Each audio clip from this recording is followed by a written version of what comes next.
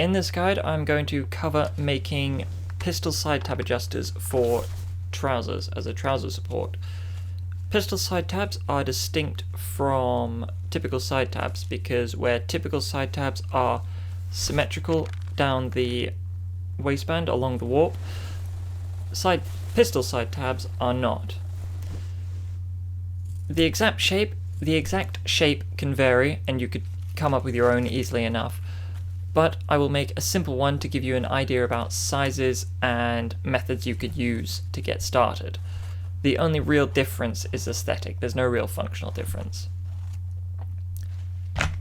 Side tabs are an easy one to use instead of another method of trouser support, so you don't have to know exactly how I make trousers in order to add this to your own sewing. And as we know, side tabs mean that trousers should have an extension on the front. I'm starting with making a template that can be constantly reused or refined. Beginning with the shape, and then I'll add seam allowances so that we're more clear in how it'll be made. The buckles most often used have a 20mm or 3 3/4 inch internal width, so I'm starting with a rectangle 2 centimeters or 3/4 of an inch wide, and 28.5 or 11.25 inches long. Dividing this into two sides, one side is 10.5 centimeters long or 4 inches, making the other 18 centimeters or 7.25. These are just about equivalences, not exact conversions. On the shorter side, I'm drawing a line 2 centimeters or 3/4 of an inch underneath, and the other end about 3 centimeters or maybe an inch below. Again, these are just starter measures. They can be anything, but you generally expect the short side to be a little bit smaller. From this, I'm just making a slightly arbitrary shape. I had done some sketching to help decide on the kind of shape that I do want. To make sewing them a little bit easier for myself, I don't want any of the interior angles to be less than 90 degrees. Acute angles would result in seam allowances overlapping seams as the tabs are turned out, or the seams are turned in. Also to note that the outer edges are two straight lines. From the lower point, I'm drawing a curved seam into the strap portion. It will be apparent on the large tab why I am doing it this way, as it's being pressed for the last time. The seam allowance to add can be anything, 1 centimeter or 3/8 of an inch, or it can be a 1/4 inch or a 1/2 inch. I think that either a 1/4 inch or 1/2 centimeter seam allowance is ideal because it can save cutting the seam allowances down later. However, a larger seam allowance makes pressing the tabs more easy.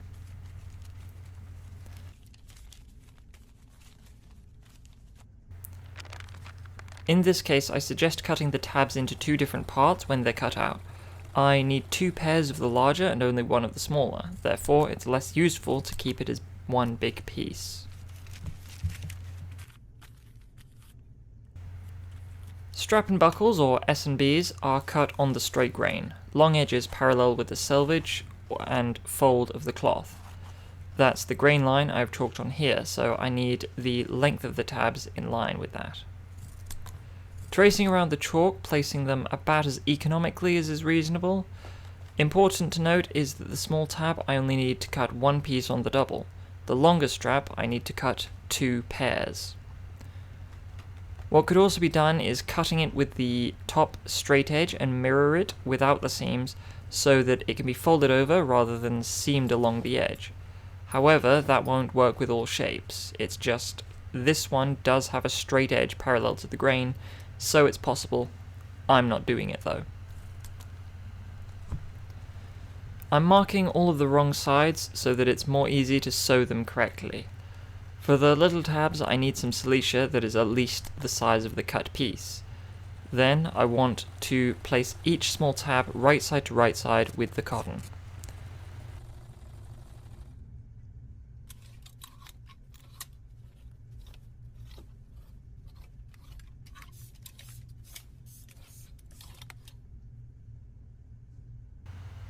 The large straps are on the double. Before being sewn, I need to cut the seam allowance off of the back two edges of one side of each. I'm chalking the seam allowances on first, so that I can see that I'm cutting mirrored pieces and not cutting off the same piece each time to create two identical shapes.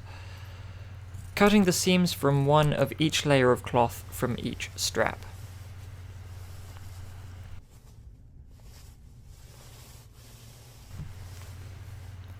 At the machines, the straps still need to be as cut, so the seam allowance on one of them is sticking out from under the other. I can use the edge of my machine foot to gauge the seam allowance I added to the pattern, because I intentionally added the seam allowance to be the foot's width. The straps have to be started from the exposed seam allowance and back tacked. Then the perimeter is sewn with the same seam allowance all around. The end of the strap could be sewn into an arrow or just sewn rectangularly as I have here. At the end of the stitch is finished along the top, or the bottom, back tacked at the top of the exposed seams again. This leaves one side open so that they can be turned through. The smaller tab has to be machined, same seam allowance, and back tacked. It needs to be started from the end on the small edge that was towards the inside of the pattern, the narrow edge where the buckle will be threaded through. The perimeter is sewn around except for that straight edge where I started. Same thing for both sides.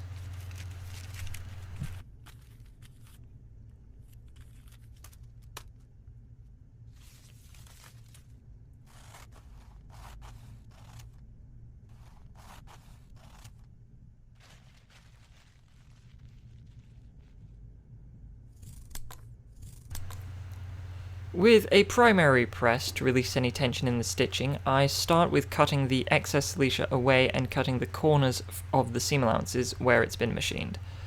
This makes it easier to turn and makes it less bulky when they're finished. Same for the straps on the long closed edges. I want to avoid cutting the seam allowance that wasn't cut away before machining so that I can more easily turn them. The obtuse angles make it easier because the seams won't stick out either way.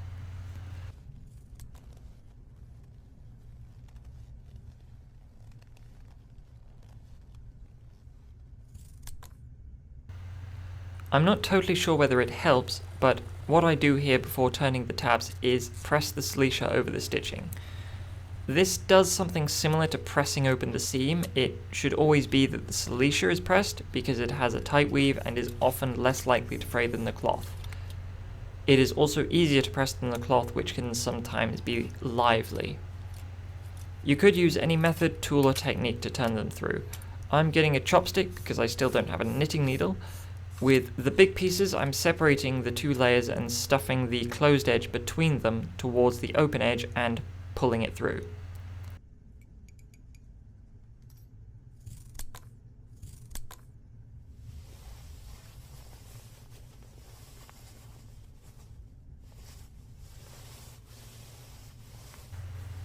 There is a different way I'm trying here by turning the top of the open edges right sides out, putting the stick into the turn-up on the silicea side and pulling the tab down around it. It doesn't work here because there is too much friction between the wood and the cotton. If it were a plastic knitting needle with an actual rounded edge, then it would have worked. As it is, I turn the smaller tabs the same way I did the big tabs. Making sure all the corners have the stitching pulled right to the edges so that it's the correct shape and it looks neat. Otherwise turned, they need to be pressed. Since I used a contrasting cotton, it's more important that the sewn edges are pressed so that the grey wool goes over the edge to hide the cotton as best it can. Pushing the stitching to as far out as possible, and then pulling the cotton back away, allowing the wool to be folded on the edge around the perimeter, holding it down and pressing it in place, doing that around all of the sewn edges. For the larger tabs, it's a little easier since both sides are cloth. The stitching can be pushed to the edge of the pieces and it can be pressed down. Since this cloth is quite soft, I can roll the cloth on the board as it's being pressed, holding it flat before slapping iron to it. Press them such that they're all sitting flat with the stitching into the perimeter so that the shape is correct. The last pressing on the larger tab is pressing over the seam allowance that wasn't cut off. Again, the shape that you decide on can make this easy or very hard. I have two straight edges that need to be pressed over the inner raw edges where the seam allowance was cut away earlier. Again, the size of the seam allowance that you want makes this easier or harder, especially on this material. It's relatively thin, so half a centimeter or about a quarter of an inch seam is okay to press over. Any thicker and I'd start having problems with such a small seam. It's good to really put a crease into the edge that's folded to make it easier to sew to the trouser later. At this point, the tabs are finished. Generally, I would make these at the start of the trousers, making them when I'm preparing everything. Then keep them with the buckles and in a little baggie with any buttons, catch-ons, special thread and other pieces that I'll need while making the trouser.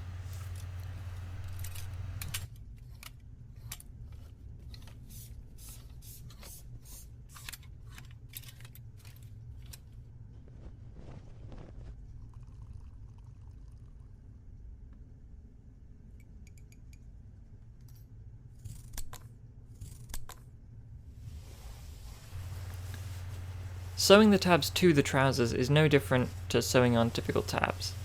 I'm a bit better at this than I was last time at doing it, though the placement has its own considerations. Pistol tabs lend themselves to being sewn on only partially on the waistband, unlike normal tabs which can very easily be fully sewn on the waistband. Some people prefer it fully on the waistband. One thing is that when it's fully on the waistband, it's easier to make a side seam alteration because the tabs don't necessarily have to be removed. As an aside, I didn't plan out the belt loops very well because I forgot these trousers were getting S&Bs as well. Typically, the buckle is placed over the side seam. I keep the strap side in the buckle about halfway through. This is for aesthetic reasons rather than functional. The trousers are supposed to fit, so being able to fully tighten the tabs is unnecessary in my opinion. The small tab has to wrap around one of the bars and the raw edge gets hidden underneath the body of the tab. Starting with basting them on to finalize the position and make it easier to stitch them down. I'm sewing them on as the very last thing, so it's important that I sew through enough to secure them and they won't tear off, but not through any of the lining or pocketing such that the stitches wind up visible on the inside. Lastly, I'm chalking a line across to use for stitching across, which will bear a lot of any strain on the straps. Hiding a tail of thread before tacking the thread in place by one of the lines across. It largely depends on how I'm holding them, whether I start with felling the perimeter or prick stitching the chalk line. Since I have the small tab, I'm starting by prick stitching from one side to the other. Since it's folded over and there are extra layers, it's important to be careful that you do catch through to the trouser, but not so far that you sew through the linings or the pocketings. It can be easier before the trousers are lined, and then a very secure stitch can be done, but that can limit the options to only putting the lining in by hand. Tacking the thread at the other edge to begin felling the perimeter. This is a chance to make sure the cotton is hidden by the wool on top, that it is not showing around any of the edges. Again, I'm practically only sewing through the cloth of the trousers. Sewing all around the perimeter, and back to the start, I make a second line of prick stitches on top of the first to doubly secure the tab. Like I say, with the extra layers it can be more difficult, so I make a point to double check.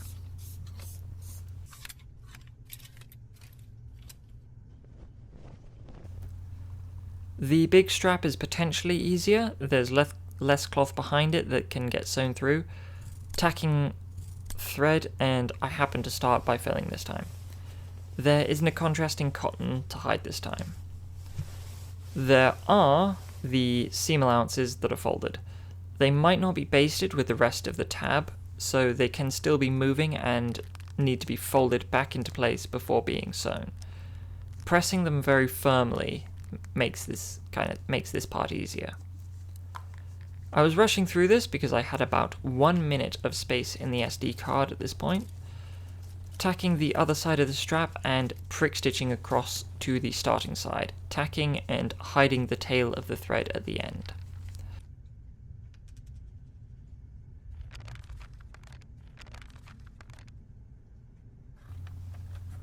That is the end of sewing one possible variation of pistol side tab adjusters.